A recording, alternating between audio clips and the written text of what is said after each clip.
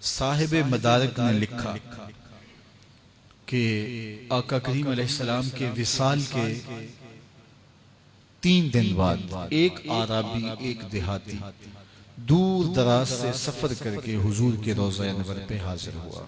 आरज़ुओं का जहां आबाद किए वो कहां से चला और कशां कशां सफर करता हुआ यहां आ पहुंचा।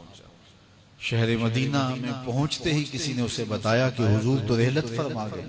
तो वो बहुत ज्यादा सदमे से दो चार हुआ और उसकी कैफियत ये थी कि वो हुजूर की कब्र अनवर पे आ गया और कब्र अनवर की मट्टी लेकर के अपने सर पर डालता है और साथ रोता है और उसने दर्दनाक अशार कहे, ऐ वो मुकद्दस जात जो इस सरजमी में दफन है, मैं आपकी बारगाह में माफी मांगने आया हूँ। तो वो ये अर्ज करता हुआ रोता हुआ वहां फरियाद कर रहा था कि मैं तो माफी के बगैर जाऊंगा नहीं। तो साहिब मदारिक ने लिखा है, फनूदिया मिनल क़ब्र अन्नहु कद गुफ़िर लका, गुंबद खजरा से आवाज आई, जा तेरे गुनाह माफ कर दिया। इमाम आतबी ने लिखा है, किताबुल शामिल में भी है और भी लोगों ने लिखा।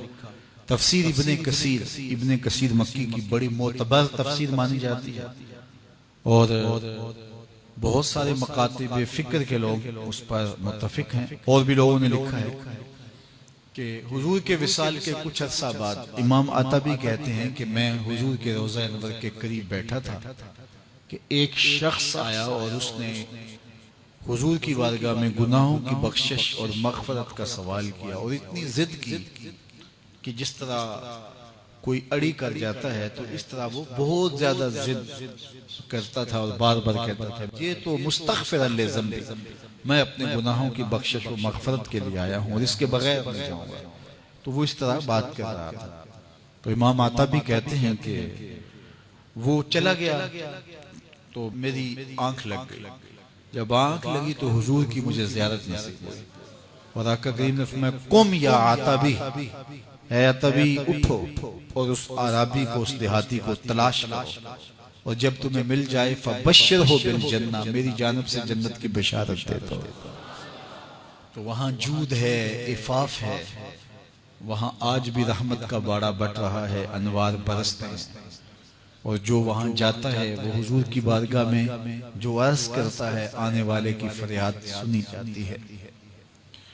हजरत इमाम अहमद बिन हम्बल, हजरत इमाम शाफी और हजरत इमाम आजम अबू हनीफा अलैहिम रिदवान, इन तीनों का कौल यह है कि जो कोई हुजूर के रोजे पे जाए अदब से सलाम पेश करे, हाथ बांध के खड़ा हो। हमारे हनाफ ने किताबों में लिखा है, याकिफु कमा याकिफुल मुसल्ली, जिस तरह नमाजी हाथ बांध के दस्त बस्ता खड़ा होता है हुजूर की बारगाह में यूं अदब से खड़े हों और हुजूर के रोजे की तरफ रुख हो और सलाम अर्ज किया जाए।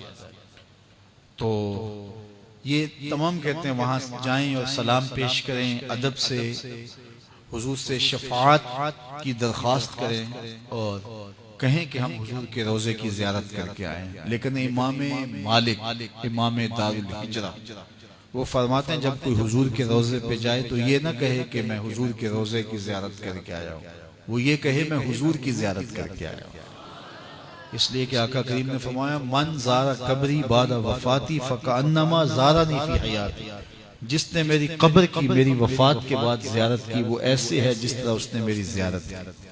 तो इस इज़ान के साथ मैं हुजूर के रूबरू खड़ा हूँ और आका करीम अलैहिस्सलातु वस्सलाम जो है वो मेरी फरियाद को सुन रहे हैं और जो मैं कह रहा हूँ उसको समाअत कर रहे हैं।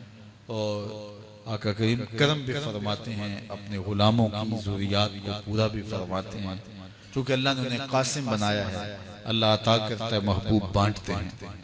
तो वहाँ अदब से मोहब्बत से पेश किया गया सलाम, बाहर सूरत कबूल होता है।